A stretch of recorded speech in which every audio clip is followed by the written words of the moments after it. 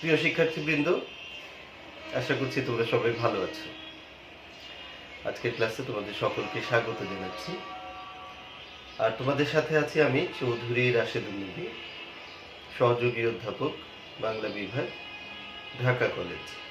বাংলা দ্বিতীয় পত্রে আজকে যে বিষয়টি নিয়ে তোমাদের সাথে আমি আলোচনা করব সেটা হচ্ছে বাংলা ভাষার ব্যাকরণিক শব্দশ্রেণী। বেশ সহজ একটা বিষয়। এর আগে আমরা বেশ কঠিন কিছু বিষয় নিয়ে আলোচনা করেছিলাম। আমরা বাংলা বানানের নিয়ম, তারপরে বাংলা উচ্চারণের নিয়ম, সমাস, এসব বেশ কিছু ব্যাকরণের অনেকের কাছে একটু কঠিন লাগে এমন কিছু বিষয় নিয়ে আমরা আলোচনা করেছি। সেই তুলনায় আজকে আমাদের যে আলোচনার বিষয় এটি বেশ সহজ, বাংলা ভাষার ব্যাকরণিক শব্দশ্রেণী। তবে এখানে কিন্তু আমাদের 5 নম্বরের একটি প্রশ্ন থাকে, আর বিষয়টি গুরুত্বপূর্ণ।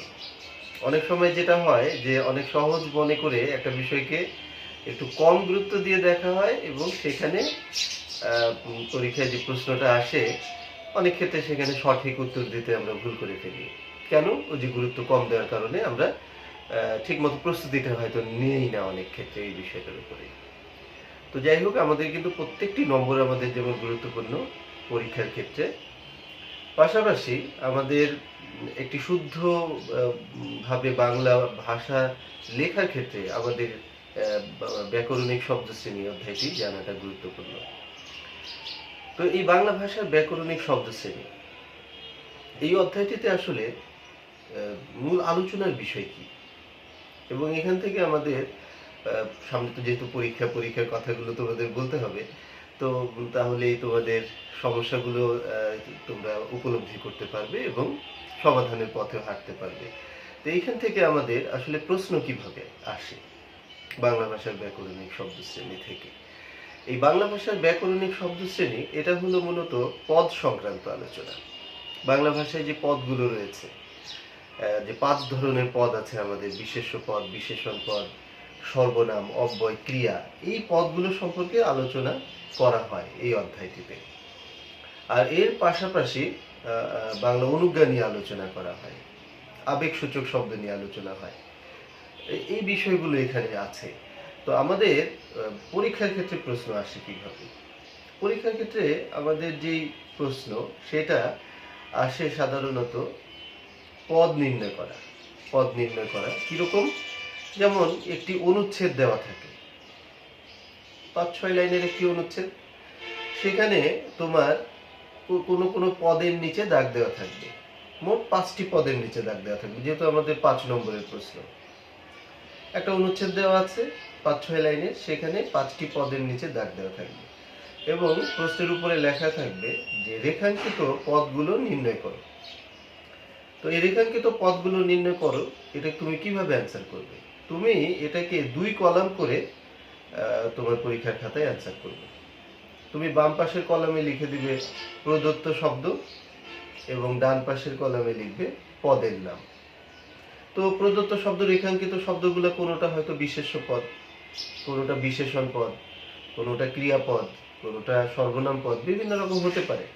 তুমি শুধু পদের নামগুলো লিখে দিলে হবে। এখন তোমাদের আবার একটা প্রশ্ন জাগে যে এই যে বিশেষ্য পদ, এর তো আবার শ্রেণী বিভাগ আছে। যেমন বিশেষ্য পদ 6 প্রকার আছে, তোমরা জানো, ব্যক্তিবাচক বিশেষ্য, জাতিবাচক বিশেষ্য। তো এই যে বিশেষ্যগুলো আছে, আমাদেরকে কি বিশেষ্য, কোন ধরনের বিশেষ্য এটা উল্লেখ করতে হবে? অথবা আমরা যদি সর্বনাম পদ থাকে, একটা সর্বনাম পদ থাকে, তো সর্বনাম পদ তো আমাদের 10 ধরনের আছে, কোন ধরনের সর্বনাম সেটাকে উল্লেখ করতে হবে? এটা আসলে তোমাদের উল্লেখ না করলেও চলবে। তুমি শুধু সর্বনাম পদ লিখতে পারলেই হবে, তুমি শুধু বিশেষ্য পদ লিখতে পারলেই হবে। তবে আমরা আমাদের ক্লাসে আজকে আমরা যে আলোচনাটা করব সেখানে কিন্তু আমরা বিশেষ্য পদের শ্রেণী বিভাগটাও শিখব, সর্বনামের শ্রেণী বিভাগটা শিখব, ক্রিয়াপদের শ্রেণী বিভাগ শিখব। কারণ আমাদের মনে রাখতে হবে যে আমরা এইচএসসি পর্যায়টি হলো একাডেমিকভাবে বাংলাটা পড়ার একদম শেষ ধাপ বা শেষ স্তর। এরপরে কিন্তু তুমি একাডেমিকভাবে হয়তো বাংলাটা তুমি আর পড়বে না, কারণ হায়ার এডুকেশনে তোমার সাবজেক্ট, যে বিষয়ে তুমি অনার্স করবে, মাস্টার্স করবে, সেই বিষয়ের উপর তুমি পড়াশোনা করবে। তো যারা বাংলা বিষয় নিয়ে পড়বে, এছাড়া অন্যরা হয়তো বাংলাটা আর তার সেভাবে পড়ার মতো সুযোগ হবে না। একাডেমিকভাবে ক্লাসে পড়ার যে বিষয়টা, ওইটা হয়তো আর হবে না। তাহলে এই উচ্চ মাধ্যমিক পর্যায়ের জ্ঞান নিয়েই আমাদেরকে কিন্তু সারা জীবন চলতে হবে। তুমি যখন একজন অফিসার হবে তখন তোমাকে অনেক কিছু লিখতে হবে, সেখানে তোমার শুদ্ধভাবে বাংলা ভাষার প্রয়োগ তোমাকে করতে হবে। পাশাপাশি একজন শিক্ষিত মানুষ হিসেবে তোমাকে তো শুদ্ধভাবে বাংলা ভাষার প্রয়োগ করাটা অত্যন্ত জরুরি। আবার সে যে একজন অফিসার হবে তুমি, তার আগে আবার তোমার যেই নিয়োগ পরীক্ষাগুলো আছে, সেখানে তোমাকে যেই প্রশ্নের উপরে পরীক্ষা দিতে হয়, সেখানে কিন্তু বাংলা ভাষা এবং বাংলা ব্যাকরণের উপরে বেশ কিছু প্রশ্ন থাকে। এটা একটা আবশ্যিক বিষয়। ফলে সব ধরনের তোমার বিশেষ করে সরকারি চাকরি যেগুলো আছে, একদম বিসিএস থেকে শুরু করে সব ধরনের সেই সব পরীক্ষাগুলোতে তোমার বাংলা কিন্তু একটি আবশ্যিক বিষয় হিসেবে তোমাকে অ্যান্সার করতে হয়। ফলে ওই সব জায়গাগুলোতে তোমাদের বাংলার এই যে আমরা যে শ্রেণী বিভাগগুলো পড়ে নিব, কেন পড়ে নিব? কারণ সেই সব জায়গাগুলোতে তোমার দরকার হবে। ফলে তোমাকে একটা স্বচ্ছ ধারণা থাকতে হবে, পরিষ্কার ধারণা থাকতে হবে। এইচএসসিতে যেমন পূর্ণ নম্বর পেতে হবে, পরবর্তী সময়েও যেন আমরা বাংলা বিষয়ের উপরে, বাংলা ভাষা এবং বাংলা ব্যাকরণের উপরে যে কোনো ধরনের প্রশ্ন, যে কোনো প্রতিযোগিতামূলক পরীক্ষায়ও আমরা যেন সঠিকভাবে অ্যান্সার করতে পারি, সেই বিষয়টির দিকে লক্ষ্য রেখে কিন্তু আমরা পরিপূর্ণভাবে আমাদের এই চ্যাপ্টারটি শিখব। শুধু পরীক্ষার জন্যই যে শিখবো তা না, পরীক্ষার জন্য যেমন শিখবো, আবার আমাদের বেসিককে আমরা শক্ত করতেও চেষ্টা করব। দেখো, বাংলা ভাষার ব্যাকরণিক শব্দশ্রেণী। এখানে প্রথমে যে কথাটি আমি বলেছি যে বাংলা ভাষার ব্যাকরণিক শব্দশ্রেণীর অধ্যায়টির মূল আলোচ্য বিষয় হচ্ছে পদ প্রকরণ। পদ প্রকরণ। এখন এই যে পদ প্রকরণ, এই জিনিসটা কি? পদ প্রকরণ হচ্ছে পদের পরিচয়, পদের শ্রেণী বিভাগ এবং পদ সংক্রান্ত যাবতীয় আলোচনা। এই পদ সংক্রান্ত যাবতীয় আলোচনাটাই হলো আমাদের ব্যাকরণিক শব্দশ্রেণীর আলোচ্য বিষয়। এখান থেকে কিভাবে প্রশ্ন আসবে সেটা আমি অলরেডি বলেছি তোমাদের। এখন আমরা জানি যে আমাদের বাংলা ভাষায় পদ আছে মোট 5 প্রকার: বিশেষ্য পদ, বিশেষণ পদ, সর্বনাম পদ, অব্যয় পদ এবং ক্রিয়াপদ। তো প্রথমে আমরা বিশেষ্য পদ নিয়ে আলোচনা শুরু করি। বলেছিলাম বেশ সহজ অধ্যায়, তবে শ্রেণী বিভাগগুলো তোমাদের একটু মনোযোগ দিয়ে শুনতে হবে, কারণ শ্রেণী বিভাগটা অনেকে ভুল করে ফেলো। দেখো, বিশেষ্য পদ। বিশেষ্য পদ কি? বিশেষ্য পদের অনেক রকম সংজ্ঞা আছে। সব সংজ্ঞাগুলোর কাছাকাছি, মূল বিষয়টি একই, সেটা হলো যে কি, কোনো কিছু নাম বোঝাবে। বিশেষ্য পদ দ্বারা কোনো ব্যক্তি, বস্তু, স্থান, কোনো কিছুর নাম বোঝাবে, তাকে আমরা বিশেষ্য পদ বলি।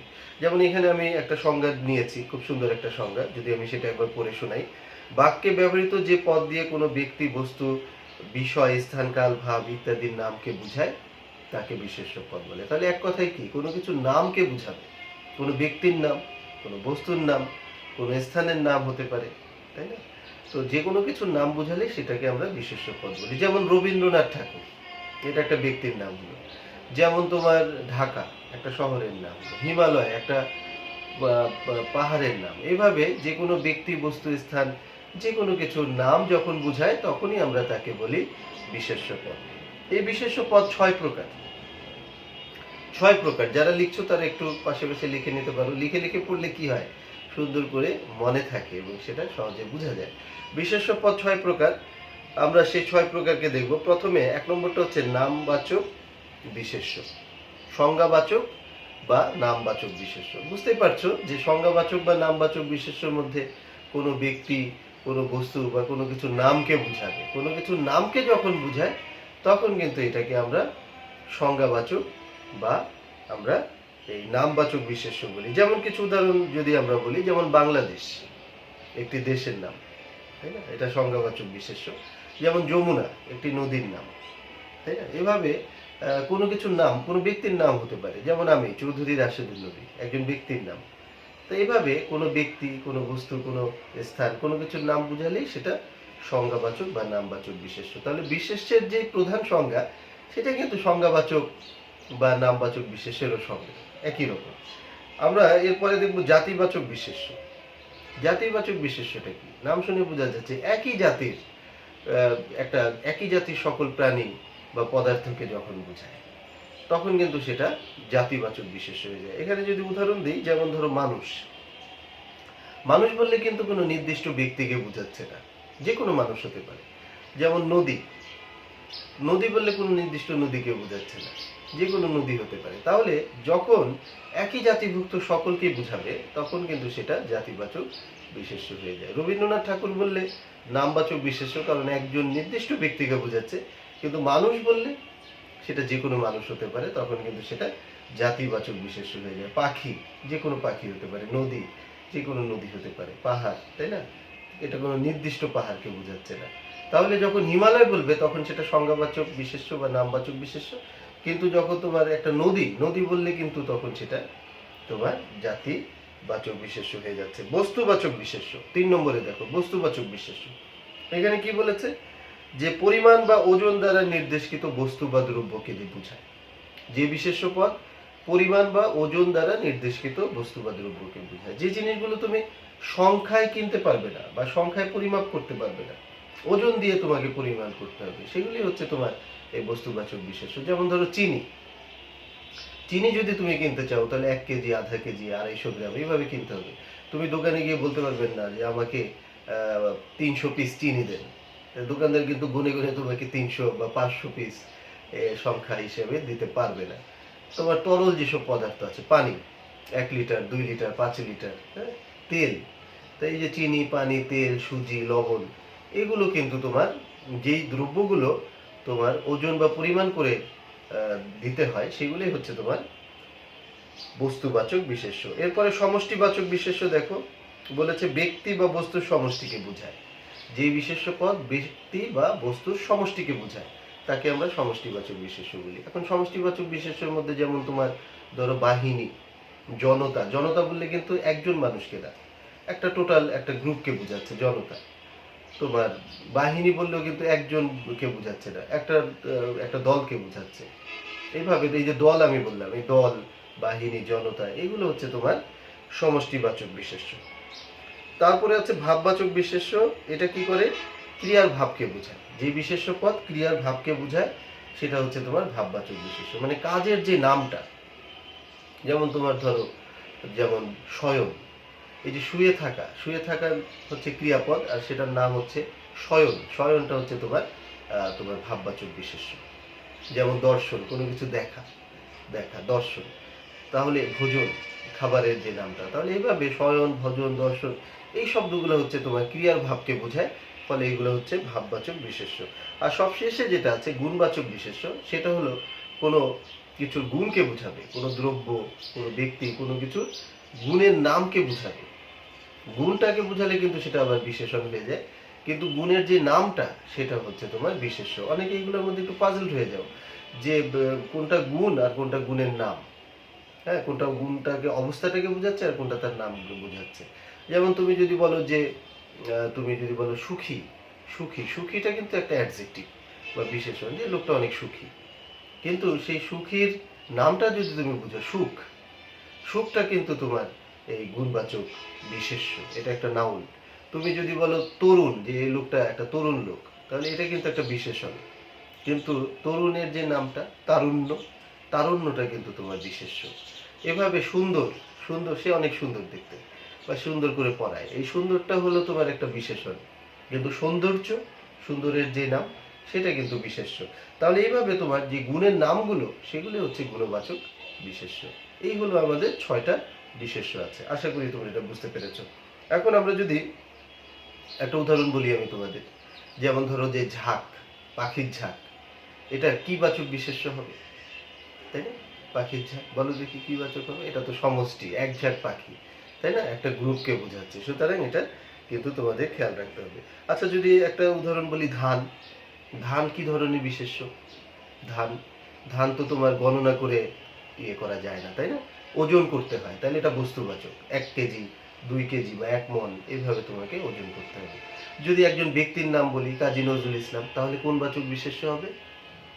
এটা কিন্তু তোমার সংজ্ঞাবাচক বা নামবাচক বিশেষ্য, কারণ নির্দিষ্ট ব্যক্তিকে বোঝাচ্ছে। তাহলে আমার মনে হয় যে আমরা আসলে এই বিশেষ্যের যে শ্রেণী বিভাগ, সেটা আমরা সুন্দর করে পারবো। এবং পরবর্তী সময় বিশেষ করে অ্যাডমিশন টেস্টে, যেসব জায়গায় বাংলা তোমার আছে অ্যাডমিশন টেস্টে, এবং বিশেষ করে চাকরির ইন্টারভিউগুলোতে, সেখানে কিন্তু তোমার একটা শব্দ দিয়ে বলবে এটা কোন ধরনের বিশেষ্য। তখন তোমার শ্রেণী বিভাগটা কিন্তু জানা না থাকলে তুমি এটা অ্যান্সার করতে পারবে না। এই জন্য শ্রেণী বিভাগ জানতে হবে। বিশেষণ পদ, এবার আমরা আসি বিশেষণ পদ। বিশেষণ পদটা কি? যে পদ দ্বারা কোনো ব্যক্তি বস্তু কোনো কিছুর দোষ গুণ অবস্থা পরিমাণ ইত্যাদিকে বোঝায় সেটা কিন্তু বিশেষণ পদ। দোষ গুণ অবস্থা পরিমাণ এগুলো কোনো কিছু বোঝালে হবে বিশেষণ পদ।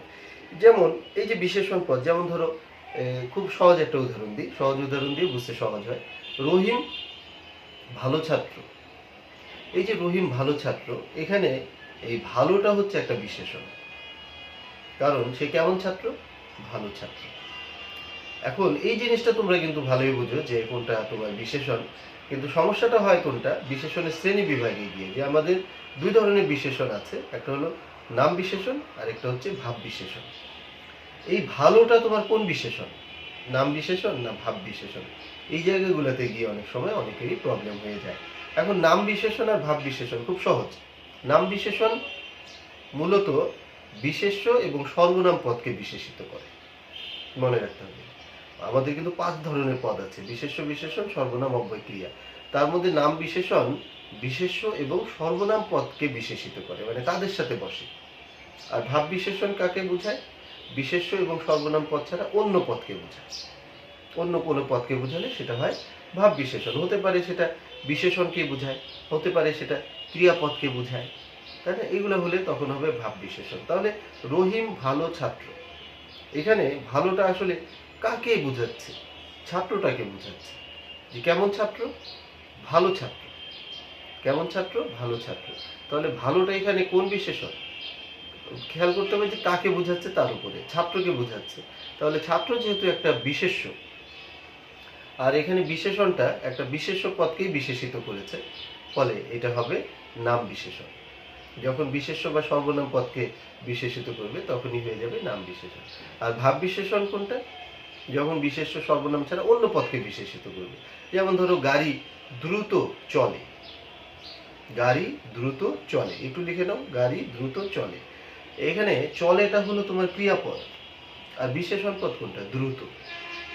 তাহলে ক্রিয়াপদটাকে বুঝিয়েছে যে গাড়িটা কিভাবে চলে, কেমন ভাবে চলে, দ্রুত চলে। সুতরাং ক্রিয়াপদকে যখন বুঝাবে তখন তো সেটা ভাব বিশেষণ, কারণ ওই যে বিশেষ্য বা সর্বনামকে বুঝালে হবে নাম বিশেষণ, আর বিশেষ্য সর্বনাম ছাড়া অন্য পদকে বিশেষিত করলে হবে ভাব বিশেষণ। তাহলে গাড়ি দ্রুত চলে, চলাটাকে এখানে, চলার গতিটাকে কিন্তু সে এখানে নির্দেশ করছে, ফলে এটা হবে ভাব বিশেষণ। আশা করি বুঝতে পেরেছ। আমি একটা বই পড়ছিলাম, বই পড়তে গিয়ে দেখি যে একটা উদাহরণ, খুব মজার উদাহরণ। উদাহরণে লেখা যে সে রূপবান ও গুণবান। সে রূপবান ও গুণবান, সুন্দর মজার একটা উদাহরণ। আমার এক পাশের বাসার এক ছাত্রের বই, সেটা একটা প্রয়োজনে আমি নিয়েছি, দেখি তুমি কি বই পড়ছো। তা দেখছি যে সেখানে লেখা সে রূপবান ও গুণবান।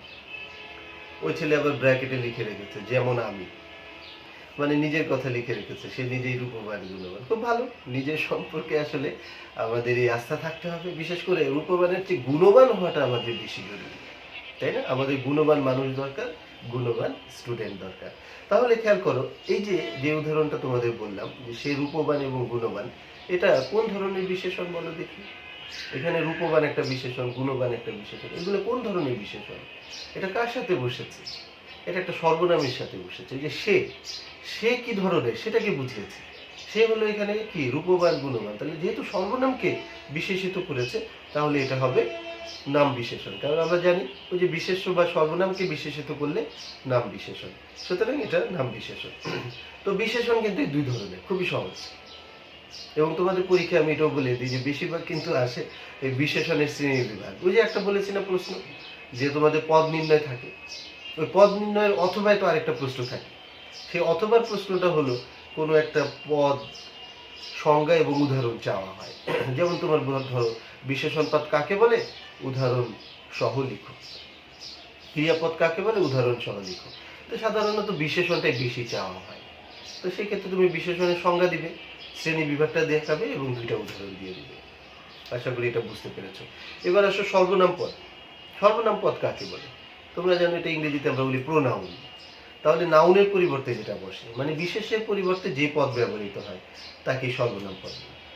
যেমন রহিম ভালো ছাত্র, সে আমার পরিচিত। এই যে সে, সে আসলে কার পরিবর্তে বসেছে?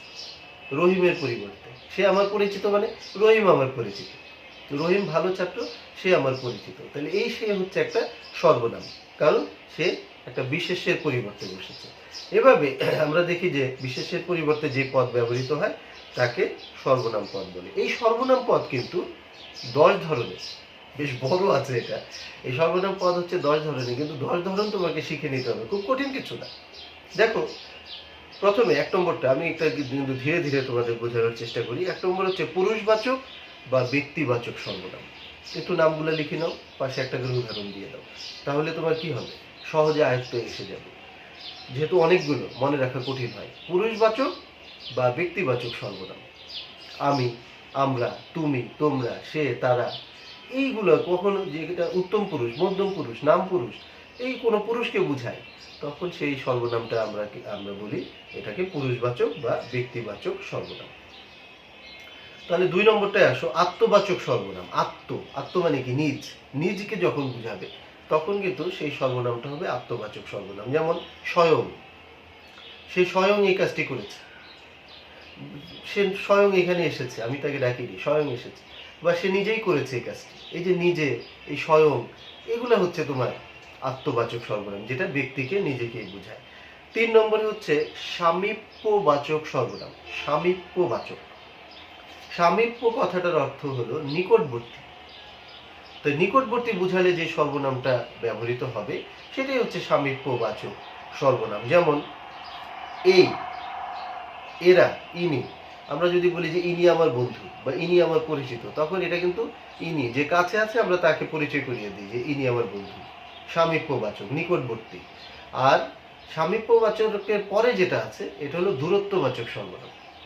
দূরত্ববাচকটা হলো যে দূরে আছে কোনো কিছু, এরকমকে বোঝালে সেটাকে বলা হয় দূরত্ববাচক সর্বনাম। যেমন ওই, ওই যে দাঁড়িয়ে আছে সে আমার পরিচিত, তাই ওই হচ্ছে এখানে দূরত্ববাচক সর্বনাম।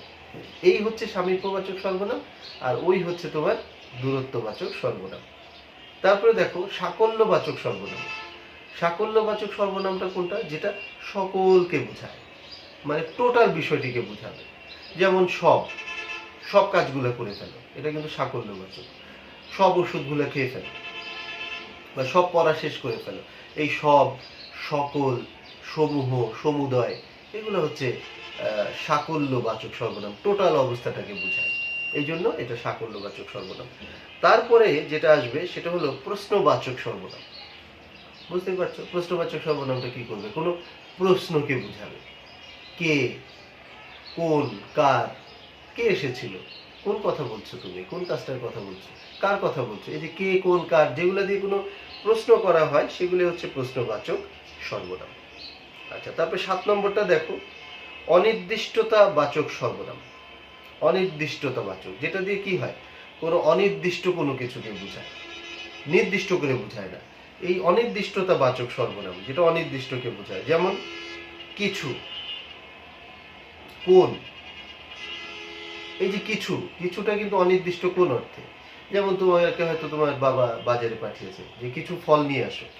এখন কিছু ফল নিয়ে আসো এটা কিন্তু নির্দিষ্ট করে বলে নাই।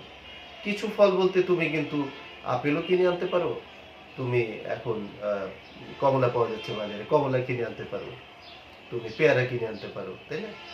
তাহলে তোমার যখন বলছি কিছু নাস্তা কিনে নিয়ে আসো, এই কিছুটা কিন্তু অনির্দিষ্ট, এটা নির্দিষ্ট করে বলে নাই যে অমুক নাস্তাটা আনতে হবে। তাহলে এই যে অনির্দিষ্ট করে যে সর্বনামগুলো কোনো অনির্দিষ্ট কিছুকে বোঝায় সেটাকে আমরা বলি অনির্দিষ্টতা জ্ঞাপক সর্বনাম।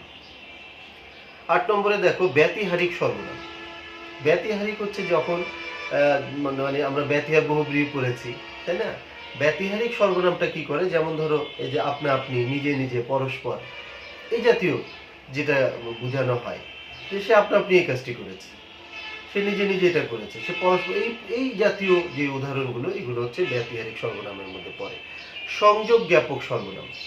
সংযোগ জ্ঞাপক সর্বনামটা হলো বাক্যের একাধিক পদের মধ্যে যে সর্বনামটা সংযোগ স্থাপন করে, এটা হচ্ছে সংযোগ জ্ঞাপক সর্বনাম। যেমন যে, যিনি, যারা ইত্যাদি। যে ভালো কাজ করে সে সাফল্য পায়, যারা ভালো কাজ করে তারা সাফল্য পায়, যারা পরিশ্রম করে তারা সফলতা অর্জন করে। এই যে, যিনি, যারা, এগুলো হচ্ছে তোমার সংযোগ জ্ঞাপক সর্বনাম। আর সবশেষে যেটা 10 নম্বর, এটা হলো অন্যাদি জ্ঞাপক। নামটা খেয়াল করো, অন্যাদি জ্ঞাপক। যেটা আসলে অন্যাদি জ্ঞাপক হলো যেটা অন্য কিছুকে বোঝাবে, অন্য কিছুকে বোঝাবে, যেমন অন্য, অপর, পর ইত্যাদি। যেই সর্বনাম অন্য কাউকে বোঝাবে সেটাকেই আমরা বলবো অন্যাদি জ্ঞাপক সর্বনাম। এই হচ্ছে তোমাদের 10 ধরনের সর্বনাম। এই 10 ধরনের সর্বনাম কিন্তু আমাদের পরিষ্কার থাকতে হবে, কারণ বিভিন্ন ধরনের যে প্রতিযোগিতামূলক পরীক্ষাগুলো সেখানে কিন্তু একটা উদাহরণ দিয়ে বলবে এটা কোন ধরনের সর্বনাম। যেমন উনি কোন ধরনের সর্বনাম? তো উনি তুমি বুঝবে যেটা দূরে আছে যখন, তখন বলে যে উনি আমার পরিচিত, উনি। তাহলে এটা হলো দূরত্ববাচক। আর ইনি হলো তোমার সাকল্যবাচক, যেটা সামীপ্যবাচক, যেটা কাছে আছে। আর সাকল্যবাচক কোনটা? যেটা সকলকে বোঝায়, সব, সকল, সমূহ। এভাবে কিন্তু তোমাকে খেয়াল রাখতে হবে যে কোনটা কোন ধরনের সর্বনাম। এরপরে আমরা চলে আসবো অব্যয় পদ। এরপরে কিন্তু আমরা যে জিনিসটা ছিলাম, অব্যয় পদে আমরা চলে আসবো। অব্যয় পদ আসলে কাকে বলে? অব্যয় পদ হলো যে পদ দ্বারা, মানে যে পদের কোনো ব্যয় নাই, কোনো পরিবর্তন নাই, কোনো পদের সাথে সে বসেছে, বিশেষ্যের সাথে বসেছে, বিশেষণ বা সর্বনাম যার সাথে সে বসুক, বাক্যের মধ্যে যার জন্য পরিবর্তন হয় না, তার সাথে কোনো কিছু যুক্ত হয় না, আবার তা থেকে কোনো কিছু বাদ যায় না। যেমন ধরো তার সাথে তোমার কোনো যে উপসর্গ, অনুসর্গ, বিভক্তি কোনো কিছু যুক্ত হয় না। এইভাবে অব্যয় পদ হচ্ছে যার যে পদের সাথে কোনো কিছু যুক্ত হয় না এবং তার থেকে কোনো কিছু বাদ দেওয়া যায় না, এই ধরনের পদকে আমরা বলি অব্যয় পদ। আমি যদি একটা সুন্দর সংজ্ঞা তোমাদের পড়ে শোনাই তাহলে এরকম হয়: যেসব পদ কাল, পুরুষ, বচন ইত্যাদি পরিবর্তনের পরেও অপরিবর্তিত থাকে, কাল, পুরুষ, বচন ইত্যাদি পরিবর্তনের পরেও অপরিবর্তিত থাকে, এই পদগুলোকে বলা হয় অব্যয় পদ। মানে এর কোনো পরিবর্তন হয় না। যেমন ধরো এবং, ও, আর, কিন্তু, অথবা, অথচ, এগুলোর কিন্তু কোনো পরিবর্তন হয় না, বাক্যের ভিতরে বসে। যে রহিম এবং করিম এই কাজটি করেছে, এবংটা কিন্তু একটা অব্যয় পদ। দেখো এবংটা আলাদা বসেছে, এবং যদি অথবা বলো রহিম অথবা করিম এই কাজটি করেছে, তা অথবাটা আলাদা বসেছে, এবং অথবার সাথে কোনো বিভক্তি যুক্ত হয় নাই, তার সাথে কোনো উপসর্গ যুক্ত হয় নাই, তার সাথে আবার কোনো কিছু যেমন যুক্ত হয় নাই, কোনো কিছু বাদও দেওয়া যাবে না। তো অব্যয় হচ্ছে কি ন ব্যয়, যার কোনো পরিবর্তন নাই। তো তুমি যদি অতীতকালেও নিয়ে যাও, রহিম এবং করিম এই কাজটি করেছিল, ওই এবংটা কিন্তু অপরিবর্তিত আছে। বর্তমানেও তুমি যেটা ব্যবহার করেছো, অতীতেও ওই একই অব্যয় ব্যবহার করেছো। ভবিষ্যতে যদি করো, যেমন রহিম এবং করিম এই কাজটি করবে, ভবিষ্যৎকাল, এবংটা কিন্তু অপরিবর্তিত আছে। ফলে এই যে অথবা, এবং, কিন্তু, অথচ, বরং, তথাপি, তবুও, এই বিভিন্ন যে পদগুলোর কোনো রকম পরিবর্তন হয় না, কাল, পুরুষ, বচন, লিঙ্গ ভেদে যার কোনো পরিবর্তন হয় না, সেই পদগুলোকে আমরা বলি অব্যয় পদ। এই পদগুলো মূলত বাক্যের মধ্যে সংযোগ সাধন করে, বিয়োগ সাধন করে, অর্থ প্রকাশে সাহায্য করে, বিভিন্নভাবে বাক্যকে পরিপূর্ণতা দান করে। এই অব্যয় পদ কিন্তু আছে 4 ধরনের। 4 ধরনের অব্যয় পদ আছে। এক নম্বরটা হচ্ছে সমুচ্চয়ী অব্যয়। সমুচ্চয়ী অব্যয়টা কি? যে অব্যয় পদ একাধিক পদের মধ্যে সংযোগ সাধন করে, সেটাকে আমরা বলি সমুচ্চয়ী। যেমন রহিম এবং করিম এই কাজটি করেছে, এই এবংটা হচ্ছে তোমার সমুচ্চয়ী অব্যয়। 2 নম্বরটা খুব গুরুত্বপূর্ণ, যেটা হলো অনন্যই অব্যয়। তো অনন্যই অব্যয় আমরা কাকে বলি? যে অব্যয় পদ বাক্যের মধ্যে আবেগ প্রকাশের ক্ষেত্রে মূলত ব্যবহৃত হয়, এবং এই অব্যয় পদকে বাদ দিলেও বাক্যের অর্থ থেকে যায়, অর্থের কোনো সমস্যা হয় না। তো সেই অব্যয় পদগুলোকে আমরা বলি অনন্যই অব্যয়। যেমন আমরা অনেক সময় উদাহরণে বলি যে ছি ছি তুমি এই কাজটি করেছো, এই ছি ছিটা কিন্তু এখানে অনন্যই অব্যয়। এটা মূলত আবেগ প্রকাশে বা ভাবাবেগকে সে প্রকাশ করছে। তুমি এই কাজটি করেছো বললেই কিন্তু অর্থটা থাকে, হয়তো আবেগটা সেভাবে প্রকাশ হয় না। হায় কি মর্মান্তিক দৃশ্য, তাহলে এই যে হায়টা কিন্তু, বা আহা কি মর্মান্তিক দৃশ্য, আহাটা এখানে মূলত ব্যক্তির আবেগকে প্রকাশ করেছে। কি মর্মান্তিক দৃশ্য বললেও বাক্যের অর্থ সম্পূর্ণ হয়। তাহলে আমরা বলি যে বাহ কি সুন্দর ফুল, কি সুন্দর ফুল বললেও কিন্তু বোঝা যায় যে অনেক সুন্দর একটি ফুলের কথা বলছে। বাহ এখানে মূলত ব্যক্তির ভাবাবেগকে প্রকাশ করেছে। তাই যে অব্যয় পদগুলো বাক্যের শুরুতে বসে মূলত আবেগকে প্রকাশ করে, এবং যেগুলো বাদ দেওয়ার পরেও বাক্যের অর্থ থেকে যায়, সেই অব্যয় পদগুলোকে বলা হয় অনন্যই অব্যয়। আশা করি অনন্যই অব্যয় আমরা বুঝতে পেরেছি। তারপরে আছে অনুসর্গ অব্যয়। এই অনুসর্গ অব্যয়টা কিরকম? এটা হচ্ছে মূলত অনুসর্গের মতো কাজ করে, শব্দ বিভক্তির মতো কাজ করে। বাক্যের মধ্যে এইগুলো কি করে? শব্দ বিভক্তির মতো কাজ করে। আমি একটা সংজ্ঞা যদি তোমাদের একটু পড়ে শোনাই, অনুসর্গ অব্যয় বলা হচ্ছে যে অব্যয় পদ বিশেষ্য বা সর্বনাম পদের পরে বসে শব্দ বিভক্তির ন্যায় ব্যবহৃত হয় তাদেরকে অনুসর্গ অব্যয় বলে। বিশেষ্য বা সর্বনাম পদের পরে বসবে এবং শব্দ বিভক্তির মতো ব্যবহৃত হবে, তাহলে আমরা তাকে বলবো অনুসর্গ অব্যয়। অনুসর্গগুলো কিন্তু এক ধরনের বিভক্তির মতো কাজ করে, যেমন দ্বারা, দিয়া, করতে, হতে, থেকেছে, মূলত তৃতীয়া বিভক্তি এবং পঞ্চমী বিভক্তির মতো কাজ করে অনুসর্গ অব্যয়গুলো। যেমন তোমার দ্বারা এই কাজ হবে না, এখানে অনুসর্গ অব্যয় কোনটা? এই দ্বারাটা হচ্ছে অনুসর্গ অব্যয়। তোমার দ্বারা এই কাজ হবে না, তাহলে এখানে দ্বারাটা হচ্ছে অনুসর্গ অব্যয়। আর সবশেষে যে অব্যয়টা আছে সেটা হলো অনুকার অব্যয়। অনুকার অব্যয়টা কি? যে অব্যয় পদ দ্বারা কোনো বস্তু বা ধ্বনির অনুকরণে গঠিত হয়। বস্তু বা ধ্বনির অনুকরণে যেই শব্দগুলো মূলত গঠিত হয়, এই শব্দগুলো প্রকাশ করার জন্য যে অব্যয় পদগুলো বসে তাদেরকে আমরা বলি অনুকার অব্যয়। বস্তু বা ধ্বনির মতো। এখন সংজ্ঞাটা বলেছে যে কোনো সংজ্ঞাটা দেখো, বলেছে যে সব অব্যয় পদ কোনো বস্তু বা ধ্বনির অনুকরণে গঠিত হয় তাদেরকে অনুকার অব্যয় বলে। কিন্তু এই যে বস্তু বা ধ্বনির অনুকরণটা আবার কিরকম হতে পারে? ওই যে পাখি ডাকছে বাইরে, তাই না? এটাও কিন্তু একটা ধ্বনি, একটা আওয়াজ। তো এই কোন কোন ধ্বনিগুলা তোমার আওয়াজ মানে অনুকার অব্যয়ের মধ্যে পড়ে? অনুকার অব্যয় থেকে তোমাদের প্রশ্ন অনেক বেশি থাকে, বিশেষ করে বিভিন্ন যে প্রতিযোগিতামূলক পরীক্ষাগুলোতে, অ্যাডমিশন টেস্ট, চাকরির ইন্টারভিউ, এগুলাতে কিন্তু তোমার অনুকার অব্যয় থেকে বেশি প্রশ্ন আসে। আচ্ছা, তাহলে চলো আমরা অনুকার অব্যয়টা একটু মানে বোর্ডে একটু দেখি যে 4 ধরনের কিন্তু অনুকার অব্যয় হতে পারে।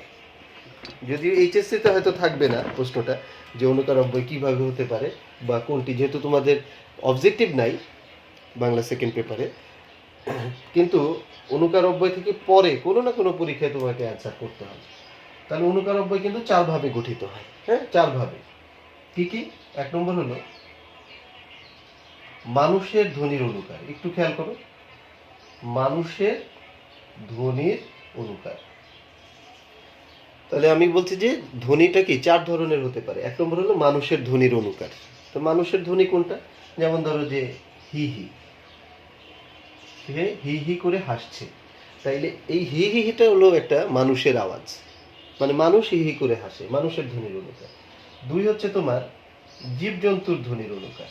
জীবজন্তু, বিভিন্ন যে প্রাণী, মানুষ ছাড়া অন্যান্য প্রাণীর কথা আমরা বলি, সেই জীবজন্তু বা পশু পাখি, এদের এদের তোমার অনুকার, জীবজন্তুর ধ্বনি।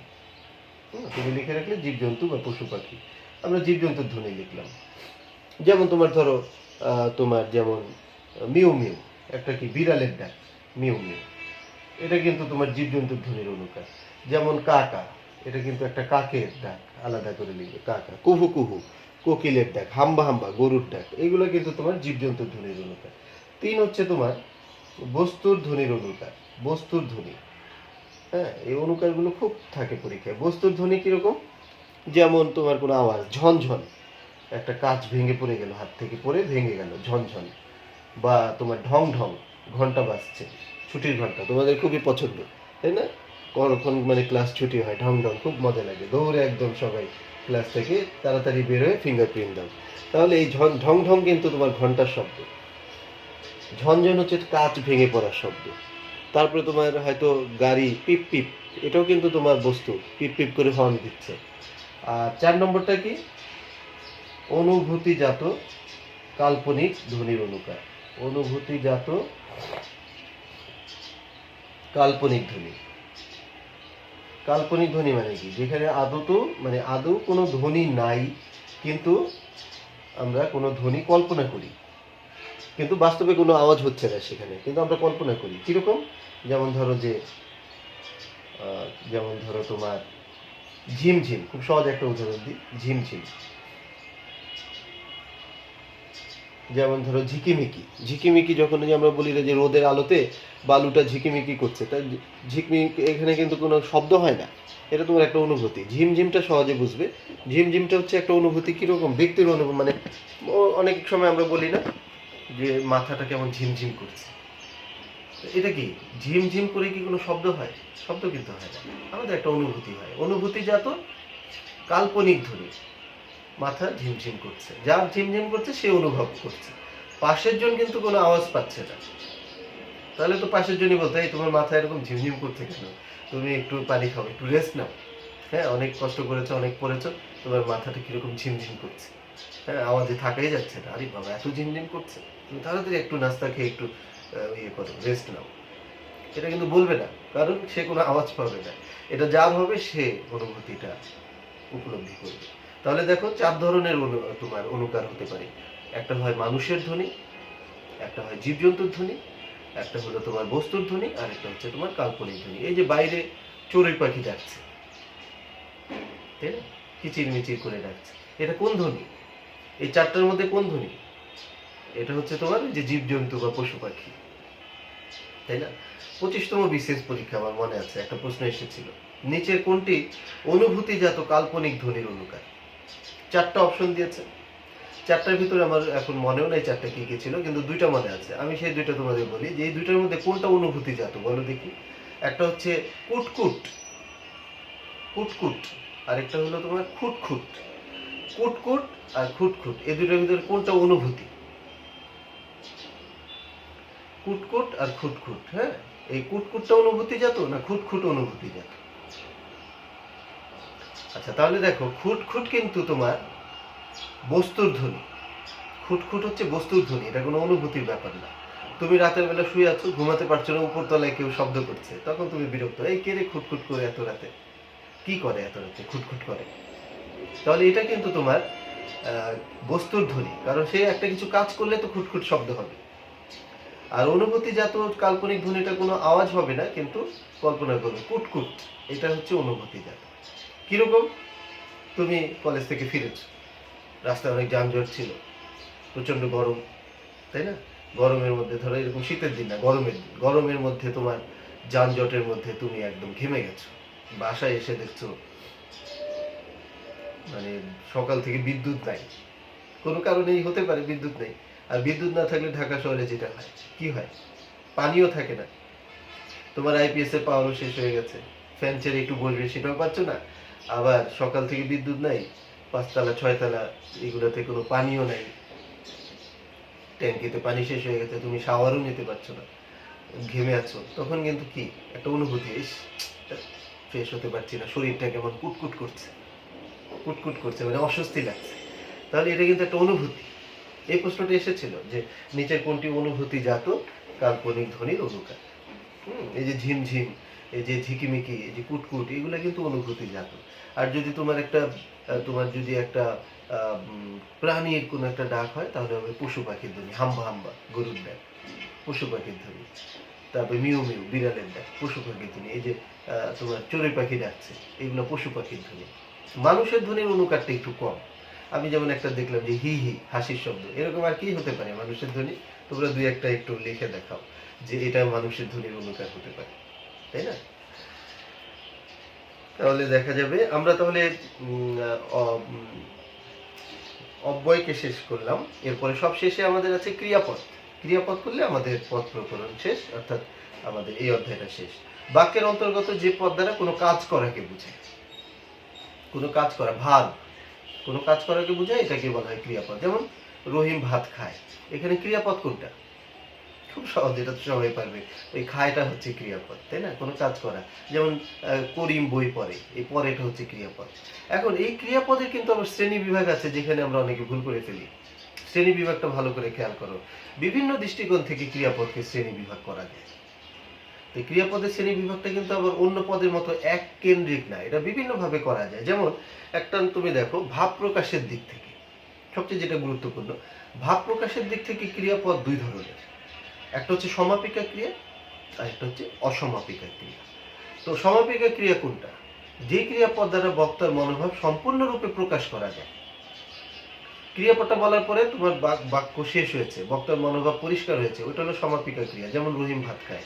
আর যে ক্রিয়াপদ দ্বারা বক্তার মনোভাব সম্পূর্ণরূপে প্রকাশিত হয় না, ক্রিয়াপদ এসেছে কিন্তু বাক্য অর্থ প্রকাশিত হয় নাই, সেটা হচ্ছে অসমাপিকা ক্রিয়া। যেমন সে ভাত খেয়ে, এটুকু বলে যদি থেমে যায়, খেয়ে এটা ক্রিয়াপদ, ক্রিয়াপদ এসে গেছে কিন্তু বাক্যটা শেষ হয় নাই, তাহলে হবে অসমাপিকা ক্রিয়া। সুতরাং তুমি পরিষ্কার, মনোভাব প্রকাশের দৃষ্টিকোণ থেকে ক্রিয়াপদ দুই ধরনের। যদি মনোভাবটা পরিষ্কারভাবে প্রকাশিত হয় তাহলে হবে সমাপিকা ক্রিয়া, মনোভাবটা যদি পরিষ্কারভাবে প্রকাশিত না হয়, অসম্পূর্ণ থাকে, তাহলে হবে অসমাপিকা ক্রিয়া। এরপরে দেখো কর্মপদের উপস্থিতির ভিত্তিতে, কর্মপদ আছে কি নাই। কর্মপদের উপস্থিতির ভিত্তিতে ক্রিয়াপদ তিন ধরনের। বাক্যে যদি কর্মপদ থাকে তাহলে আমরা সেই ক্রিয়াকে বলবো সকর্মক ক্রিয়া। কর্মপদ যদি না থাকে তাহলে আমরা তাকে বলবো অকর্মক ক্রিয়া। আর বাক্যে যদি একটি বাক্যে যদি দুইটি কর্মপদ থাকে তখন আমরা তাকে বলবো দ্বিকর্মক ক্রিয়া। যেমন আমরা যদি একটা উদাহরণ বলি যে সে বই পড়ে, বই পড়ে, এইখানে বইটা হচ্ছে একটা কর্ম। তোমরা জানো যে ক্রিয়াপদ পরে, এই পরেটাকে তোমরা আগে পড়েছো কিন্তু এগুলা, যে পরে মানে ক্রিয়াপদকে কি অথবা কাকে দিয়ে প্রশ্ন করলে যদি কোনো উত্তর পাওয়া যায় সেটাই কর্মপদ। তাহলে কি পরে উত্তর পাওয়া গেছে বই, বইটা কিন্তু মানে যাকে অবলম্বন করে কাজটা হয় সেটাই হচ্ছে কর্মপদ, অবলম্বনের যে বিষয়টা। তাহলে এখানে সে বই পড়ে, এটা হচ্ছে সকর্মক ক্রিয়া। এই ক্রিয়াপদের একটা কর্মপদ আছে সকর্মক ক্রিয়া। আর আমরা যদি বলি সে পড়ে, বই শব্দটা না বলি তাহলে কিন্তু বাক্য হয়, তাই না? সে পড়ে, সে কি করে, সে পড়ে, কিন্তু কি অথবা কাকে দিয়ে কোনো প্রশ্ন করলে উত্তর পাওয়া যায় না, এটা হবে অকর্মক ক্রিয়া, কোনো কর্মপদ নাই। আর যদি দুইটি কর্মপদ থাকে, যেমন বাবা আমাকে একটি বই কিনে দিয়েছেন, তাহলে কিন্তু দ্বিকর্মক ক্রিয়া। দিয়েছেনটা ক্রিয়া, এই ক্রিয়াটা হলো, দিয়েছেন ক্রিয়াটা হলো এখানে দ্বিকর্মক। কিভাবে? কি এবং কাকে দিয়ে প্রশ্ন করো, কি দিয়েছেন, বই, তাহলে বই হচ্ছে তোমার একটা কর্মপদ। কাকে দিয়েছেন, আমাকে, তা আমাকে একটা কর্মপদ। একটা হচ্ছে ব্যক্তিবাচক কর্ম আর একটা হচ্ছে বস্তুবাচক কর্ম। তোমরা জানো দুই ধরনের কর্ম আছে।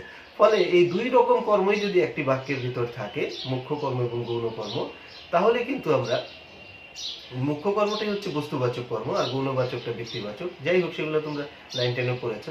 এই মুখ্য কর্ম গৌণ কর্ম দুইটাই কর্মই যদি একটি বাক্যের ভিতর থাকে, আমরা তখন কিন্তু সেই ক্রিয়াপদটাকে বলবো দ্বিকর্মক ক্রিয়া। তাহলে ক্লিয়ার?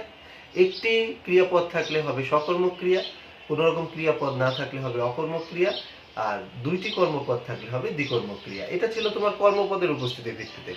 আর সবশেষে যেটা, সেটা হলো গঠন অনুসারে। গঠন অনুসারে ক্রিয়াপদ দুই প্রকার, একটি হচ্ছে যৌগিক ক্রিয়া আর একটি হলো সংযোগমূলক ক্রিয়া। এই জায়গাগুলোতে আমরা অনেক ভুল করি, একটু খেয়াল করো। এটা যৌগিক ক্রিয়াতে বলেছে একটি সমাপিকা এবং একটি অসমাপিকা ক্রিয়া একত্রে যখন একটি সম্প্রসারিত অর্থ প্রকাশ করে তখন তাকে আমরা বলি যৌগিক ক্রিয়া। শর্তটা দেখো, একটি অসমাপিকা ক্রিয়া এবং একটি সমাপিকা ক্রিয়া, তারা একত্রে একটা অর্থ প্রকাশ করবে। তার মানে কি, অসমাপিকা ক্রিয়াও থাকবে, সমাপিকা ক্রিয়া থাকবে এবং তারা পাশাপাশি থাকবে। দুইটা ক্রিয়াপদ পাশাপাশি থাকবে এবং দুইটা মিলেই অর্থ প্রকাশ করবে, তখন কিন্তু তাকে আমরা বলবো যৌগিক ক্রিয়া। আর সংযোগমূলক, যেমন একটা উদাহরণ দেখো, যেমন এখন যেতে পারো, এখন যেতে পারো, এই যেতেটা হচ্ছে তোমার অসমাপিকা ক্রিয়া, পারোটা হচ্ছে সমাপিকা ক্রিয়া। তাহলে যেতে পারো বলার পরে কিন্তু অর্থটা পরিষ্কার হয়েছে। তুমি যদি একটা অংশ বাদ দিয়ে দাও, এখন যেতে, তাহলে অর্থটা সম্পূর্ণ হবে না। বা এখন পারো, তাহলেও কিন্তু অর্থটা সম্পূর্ণ হবে না।